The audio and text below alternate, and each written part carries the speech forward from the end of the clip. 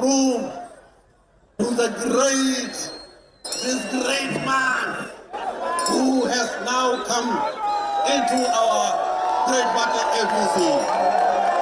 On your body we shall stand. On your body we shall stand. On your body, on your body, on your body. One more time, sing. Things people say in newspaper, there's confusion, there's a faction. As I've come, there will no more faction again. Confirm. Because let me tell you, APC is not like PDP. Let me tell you, the governor takes charge. Yes. And we are taking charge. Yes, It's not true. Whether the faction of Obioma Gege, whether the faction of First of the Kiam, I don't believe in any faction. Yes. Everybody must queue. Yes. Everybody must queue. Yes. And we will unite this state. Yes. To move this state forward. Thank you for the benefit of this state and to bring development, to bring peace, to bring unity in Delta State and in Nigeria. Yes. So thank you very much and God bless all of you all.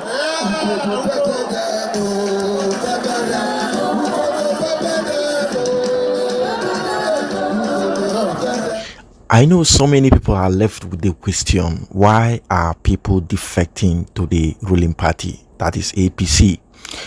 We will be looking into the key point that I believe it is the reasons why people are defecting to the APC. The mass defection to the APC, despite its perceived failures, can be attributed to several key factors that go beyond simple ideological alignment or party performances.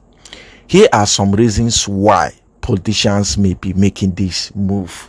The current wave of defection to the ruling party.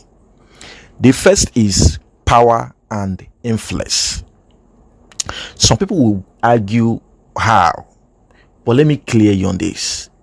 Many politicians prioritize power and political survival over ideological commitment.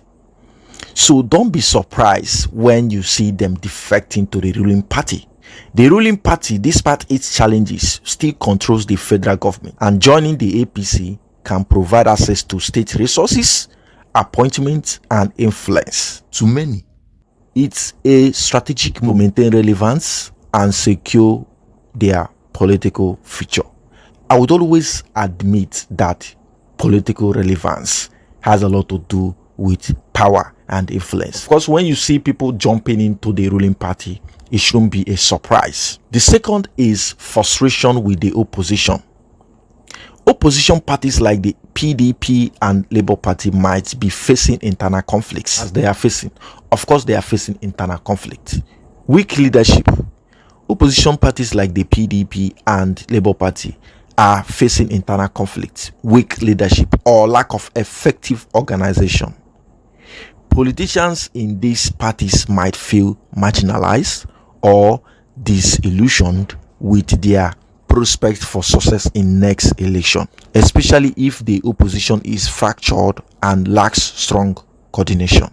So the frustration would definitely make you lose the hope of staying back in your political party. So it shouldn't be surprising when you see people defecting to the ruling party. Looking at the number 3, I also believe that personal ambition is number 1 factor. Let's see how. Some defectors might be seeking greater political opportunities. Of course, we are in Nigeria.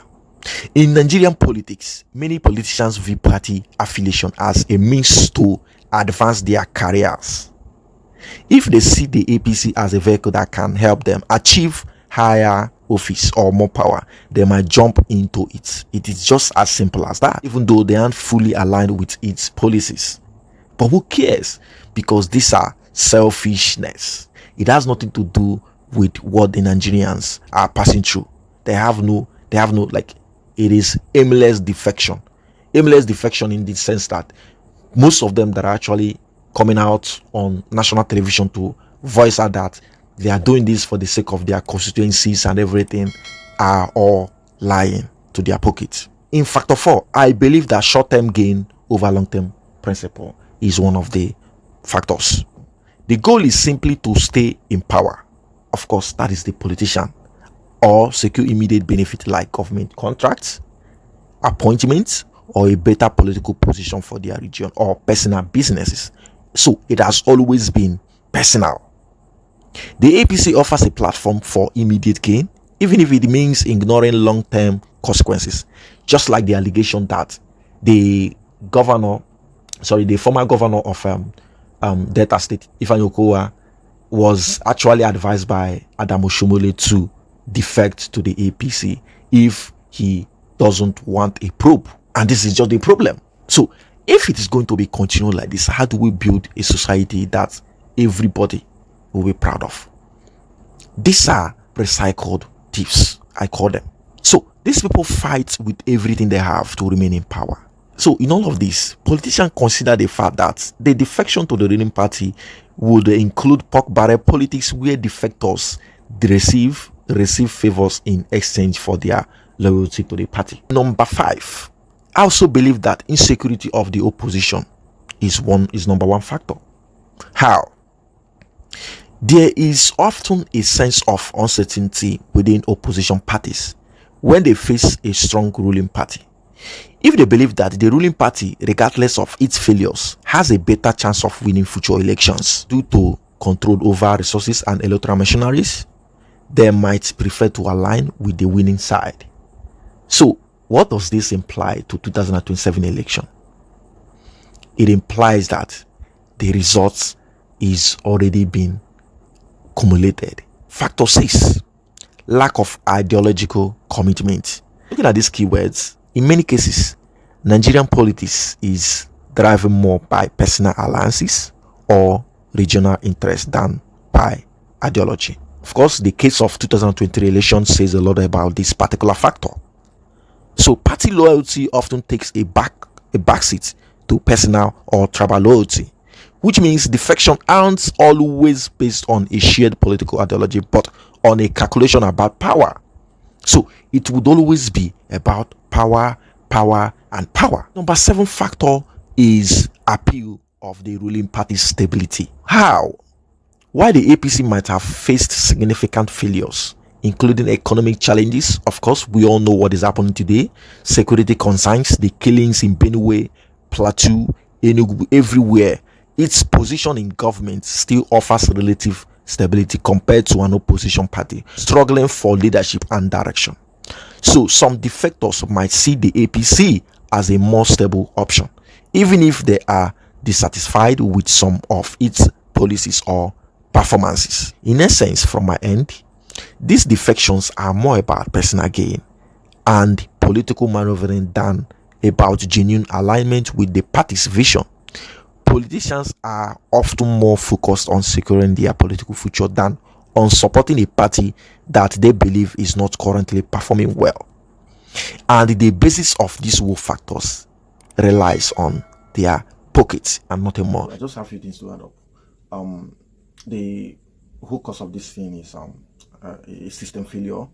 It is very bad that Nigeria has failed to its unrepairable extent, and these politicians are jumping from one political party to the other, running away after EFCC and everything. Just they know what they're doing. So it is really funny that politicians are hoping on the ruling party, that is the APC, instead of hoping on the electorate, that is people that elect them. Because if they were performing, or rather say if Nigeria was working, they wouldn't be lobbying for the ruling party. And it's quite unfortunate that it's because of the system failure that we've gotten ourselves into this very mess. So what does this imply? In a working society, politicians shouldn't lobby for a political party. Politics is a very good game, and of course I love politics. It is always interesting and all that. But the impression, or should I say the method, or the way the West actually convey it, like the way the West sold politics to Africans, is something that is beyond sabotage to people's life. Because what they sold to Africans on the matter of practice of politics is clearly different from what they are doing in the West. And that is why our people should be conscious enough. People are actually celebrating the military takeover in the Burkina Faso today because of the system failure. Because what they call democracy is now more like opposite of worse than democracy. When you look at this, you see the reasons why people are, queuing support to this very particular, president of Burkina Faso. Politicians don't care. They don't send your power. They do whatever they want to do the way they want it and the time they want to do it. They don't really care what you feel. See what transpired in 2020 election as a politician, and you're still there waiting for what? So if you know what you would do to, you remain relevant or you remain in status quo, why not? You do it. It's not as if you care for anybody. You understand? If you have access to somebody that you can actually give 2,000 naira to, probably on that day of the election, you give it to the person. He give you back your vote. He collect the vote and all that. So if you have access to giving somebody something to vote for you, you do it, and it has always been like this. So the system is just too bad. Otherwise, this defection we are hearing about, it's not substantial. What has defection of one man got to do with millions of Nigerians? It's because they have actually weaponized the Nigerian people with hunger, that they come out on the day of the election and sell their votes for a token, for one plate of food. And I won't say more than this, because I don't see it ending anytime soon. This is going to be a perpetuated action. Defection in the name of power and influence didn't just start today. Defection for personal gain didn't just start today. Defection for long-term and short-term gain didn't just start today. Defection for shining away from horns of EFCC didn't just start today. Defection from invitation of the police didn't just start today. Defection from all these crimes that these politicians share themselves in when they're in power. All these defection, these actions that they take, all this is they commit. Those actions have been, recounted for. And most of them are shining away from it. And you can't take this away from them. It has always been like that. How many of them have actually performed? How do they perform? To what extent? What do they do to the people? Do they offer anything? Is it not just vote for me? Then you will be taken to the power by your successor, probably by any means. Then what happened next? So it has always been like this. What's up about Wike, the former River State governor? Do you remember that he's still the member of the PDP? But in practical terms, what political party do you think Wike belongs to?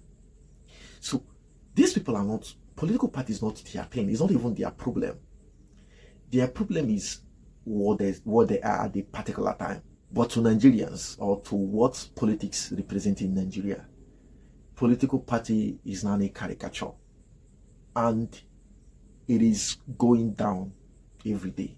And that is why when I watch people say that that's going to be one party system in Nigeria, I see sense to the assertion. It is clearly becoming a reality that Nigeria is going to be upholding only but one political party. So it's not surprising. The West have actually sold to us the wrong part of politicking, and we are now being messed up with it. So don't be carried away that these things are happening. Don't be baffled that politicians are jumping from what you don't even know to what you know, or from what you know to what they don't know. What happened when the current, or should I say, the suspended River State governor conducted election, local government election? What happened? As of then, of course, he has the power, he has the influence. He, as the governor, conducted the election. Having it that there is crisis, a very deep crisis in his own political party, he mounted an unknown political party and accorded all the local government position to all of those people that bought from under this political party. So this power drunkard influence that these politicians have is always the problem. And that is why most times I see them using it against one another. I don't feel it for any of them, because it is just the recycled thieves. I call them recycled thieves, and that is clearly what they are.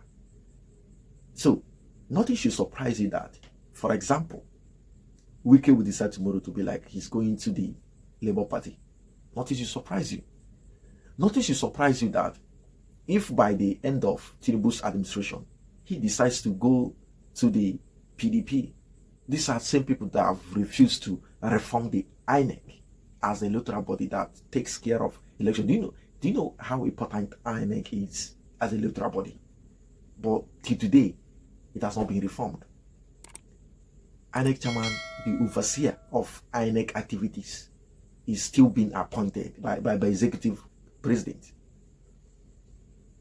And you want democracy, and you think that somebody will give you democracy. You start the mindset of Showere's revolution. You are getting to nowhere. And this is why I do always, appreciate one politician in this Nigeria. Just one politician. And that politician is Omoyele Showere. The only thing I believe that would happen to Nigeria is only if revolution will come.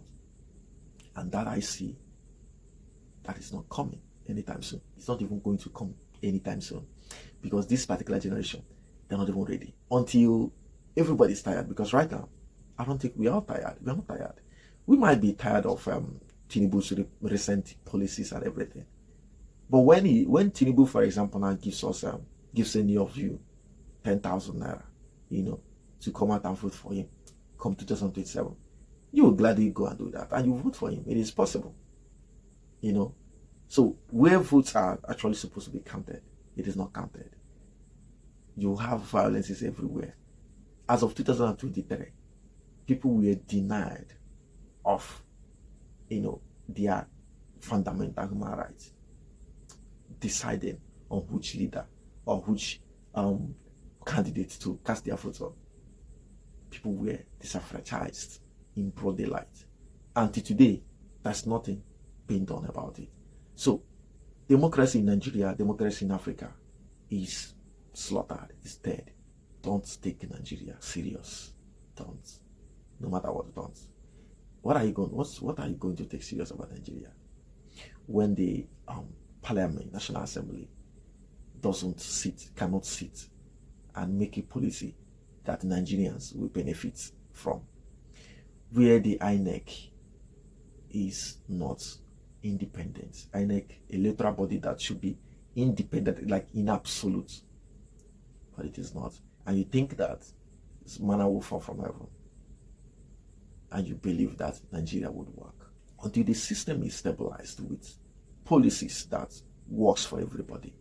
Nothing is going to happen. You would have history repeating itself. Remember, we talk about June 12th in the name of remembering how MK Abiola was actually assassinated and everything that happened. We remember those days. We remember Democracy Day. We take it as a Democracy Day, June 12th. But the event that brought June 12th is not being addressed today in Nigeria. It's not. Because if they are being addressed, if these events are being addressed, we would not have a talk or a table to discuss about how Nigeria will have its democracy the first time in history. So that alone is an image, a scar that Nigeria have refused to, clean up. And it is getting us to where we are regretting already. So I blame the system. I also blame those that are in the system. Mostly I blame those that are in the system. Because if they should pass this systematic government to another generation, they would continue. And it's not even about the age. It's entirely not about the age. A lot of things are in, So don't let anybody forward.